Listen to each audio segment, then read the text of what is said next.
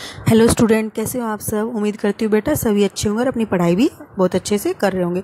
तो बेटा आज हम अपने 8th क्लास की साइंस के 4th चैप्टर जिसका नाम है पदार्थ, धातु और अधातु, इसके बारे में जानेंगे कि पदार्थ किस किस तरह के होते हैं, ठीक है, और उनको हम ऐसा क्यों बोलते हैं, मतलब कि किस बेस पर हम उनको धातु बोलते हैं, किस बेस पर हम उनको अधातु बोलते हैं, ठीक है। तो यही सब हम इस चैप्टर में पढ़ने जा रहे हैं। तो बेटा इस चैप्टर को भी बहुत अच्छे से पढ़ना। वैसे तो तुम्हारे सारे ही चैप्टर बहुत इंपॉर्टेंट हैं, ठीक है, लेकिन ये कुछ ऐसे हैं अगर तुम इनको अभी समझोगे तो ये तुम्हें आगे की जो तुम्हारी क्लासेज हैं, बड़ी क्लासेज हैं, उनमें भी बहुत हेल्पफुल होंगे।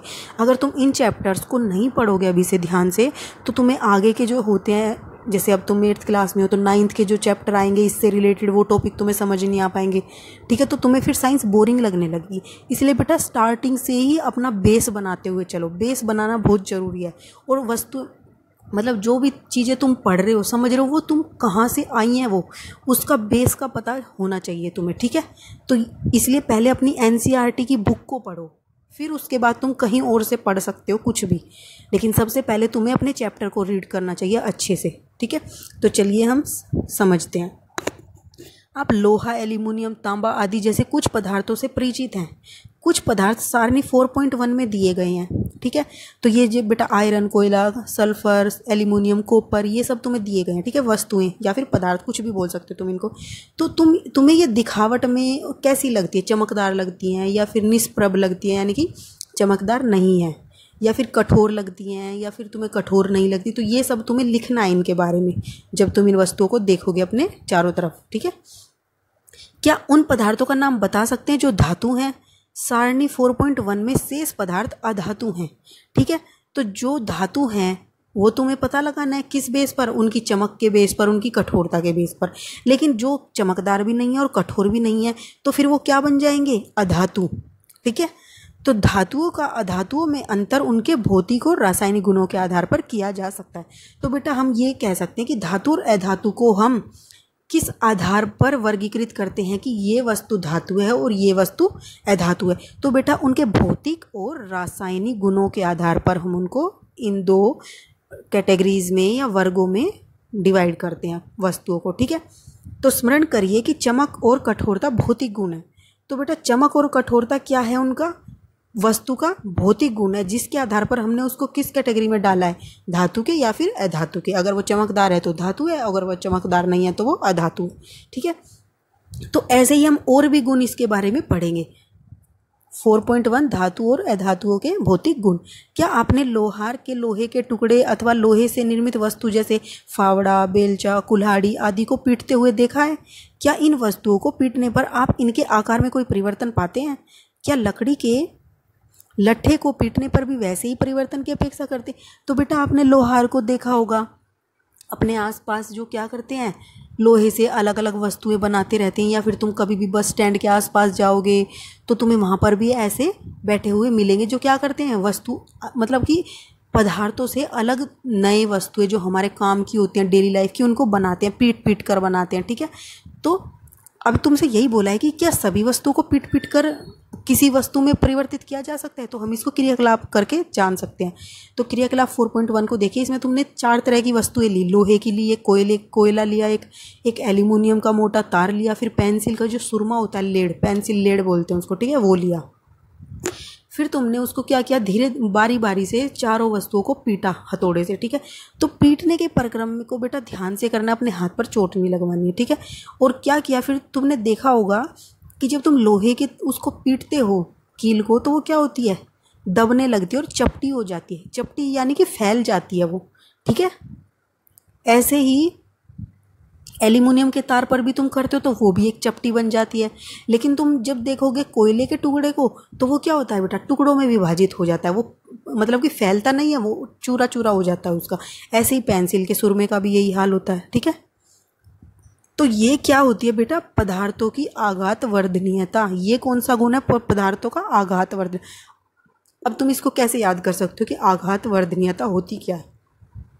आघातवर्धनी, आघात से वर्ड से तुम्हें समझ में आ रहा होगा बेटा, आघात यानी कि किसी वस्तु पर हम आघात पहुंचा रहे हैं, यानी कि हम उसको क्या कर रहे हैं, पीट रहे हैं, मार रहे हैं, तो हमने उसको आघात पहुंचा है। तो आघात वर्धनीयता क्या होगी कि हम किसी वस्तु को पीट पीट कर दूसरी वस्तु में या उसके आकार में परिवर्तन लाते, तो वो क्या कहलाता है, पदार्थ की आघात वर्धनीयता। ठीक है।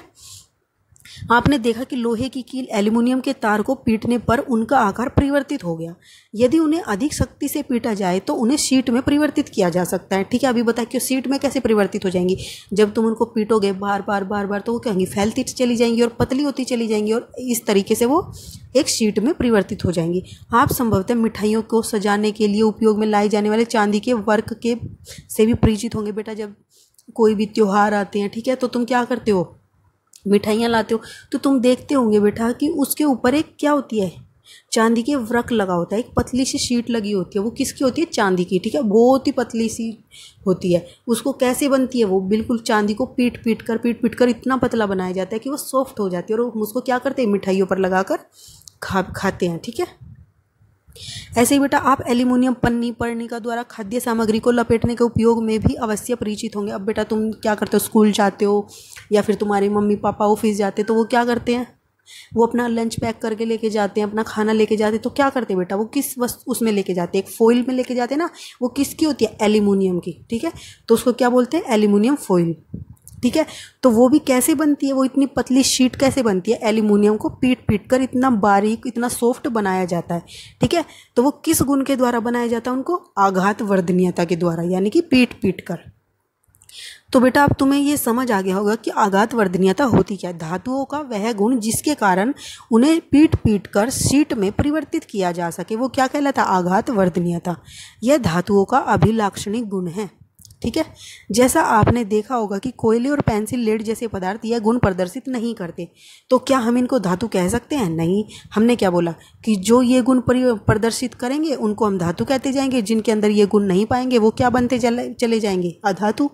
ठीक है, क्या आप बिना प्लास्टिक या लकड़ी के हत्थे वाले गर्म धातु के पात्र को स्वयं बिना आघात पहुंचाए पकड़ सकते हो। तो बेटा क्या आप बिना प्लास्टिक या लकड़ी के हत्थे वाले गर्म धातु के पात्र को, यानी कि जो धातुओं के बाद पात्र बने होते हैं, जैसे क्या हो सकता है बेटा, जिसमें तुम चाय बनाते हो, फ्राई पैन हो गए या फिर भिगोने वगैरह हो गए, किचन में इतने सारे बर्तन होते हैं बेटा, अगर तुम उनको क्या करोगे, गरम किया तुमने, उसमें मान लो पानी गरम किया या कुछ और भी गरम किया, दूध गरम किया, फिर तुम क्या उनको बिना प्लास्टिक की या लकड़ी के हत्थे के बिना उसको पकड़ सकते हो, बिना कपड़े के, तो क्या होगा बेटा, नहीं पकड़ सकते। क्यों, क्योंकि वो क्या हो जाते हैं, गर्म हो जाते हैं। ठीक है, स्वयं को बिना आघात पहुंचाए हम उसको नहीं पकड़ सकते। अगर हम पकड़ने की कोशिश करेंगे तो क्या होगा, हमें हानि पहुंचेगी, हमारा हाथ जल सकता है। तो ऐसा क्यों है, कुछ अन्य अनुभवों की सूची बनाने का प्रयास करिए जिसमें एक लकड़ी या एक प्लास्टिक का हत्था आपको घायल होने से बचाता है। जब आप गर्म वस्तुओं को पकड़ते हैं तो इन अनुभवों के आधार पर आप लकड़ी और प्लास्टिक द्वारा ऊष्मा के चालन के विषय में क्या कह सकते हैं। तो बेटा ऐसा क्यों होता, हम क्यों नहीं पकड़ पाते, क्योंकि हम जब उसमें कोई वस्तु को गर्म करते हैं तो बेटा वो वस्तु के अंदर जो ऊष्मा जाती है वो क्या होती है, वो ऊष्मा उस धातु के बर्तन में या पदार्थ में भी क्या होती है, उसमें से भी पास होती है, उसमें से भी गुजरती है, जिसकी वजह से वो क्या हो जाता है, गर्म हो जाता है। ठीक है, तो आपने एक विद्युत कर्मी को पेचकस से काम करते हुए देखा होगा, उसका हत्था किस प्रकार का होता है और क्यों, आइए जानें। तो बेटा जब हम पेचकस का प्रयोग करते हैं तुम देखते होंगे उस पर पीछे से जहाँ से हम उसको पकड़ते हैं हैंडल होता है, वो क्या होता है, प्लास्टिक का बना होता है। ऐसा क्यों होता है, तो इन सब के पीछे भी बेटा क्या है, एक गुण है। ठीक है, कौन सा, भौतिक गुण, तो उसी के बारे में हम इस क्रियाकलाप में जानेंगे। तो क्रियाकलाप 4.2, ठीक है, तो बेटा इसमें क्या है कि याद करिए किसी वस्तु में विद्युत का प्रवाह होता है या नहीं, यह परीक्षण करने हेतु विद्युत परिपथ कैसे बनाया जाता है। आपने कक्षा 7th में विभिन्न वस्तुओं के साथ यह क्रियाकलाप किया होगा। तुमने बेटा ये चैप्टर में पढ़ चुके हो 7th क्लास में। ठीक है, कि विद्युत परिपथ कैसे बनाया जाता है और किस किस चीज़ का प्रयोग करके बनाया जाता है। ठीक है, अब इसी क्रियाकलाप को सारणी 4.3 में दिए गए पदार्थों के साथ भी दोहराना है तुम्हें। ठीक है, प्रेक्षण लीजिए, इन पदार्थों को सुचालकों और कुचालकों में वर्गीकृत कीजिए। फिर बेटा उनको क्या करना है, कौन सा पदार्थ सुचालक है, कौन सा पदार्थ कुचालक है, तुम्हें उसमें वर्गीकृत करना है। तो कुचालक कौन से होते हैं, जो अपने अंदर से विद्युत का प्रवाह ना होने दे, और सुचालक जो अपने अंदर से विद्युत को आसानी से प्रवाहित होने दें। ठीक है, तो बेटा तुम्हें इस सारणी में सुचालक और कुचालक के बारे में लिख देना है फिर। ठीक है, आपने पाया कि लोहे की छड़, कील, तांबे का तार सुचालक हैं, जबकि गंधक और कोयला कुचालक है।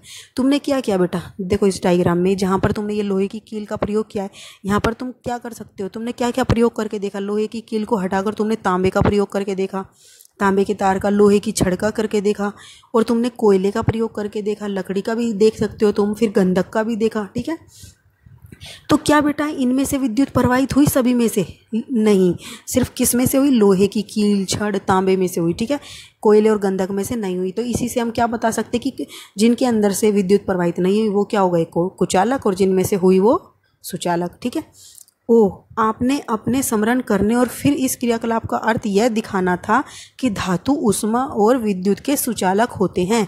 यह हमने कक्षा 6 में सीखा था, ये हमने पढ़ा था बेटा। ठीक है, तो हमने यहाँ पर क्या देखा कि धातु क्या होती है? ऊष्मा की और विद्युत की सुचालक होती हैं।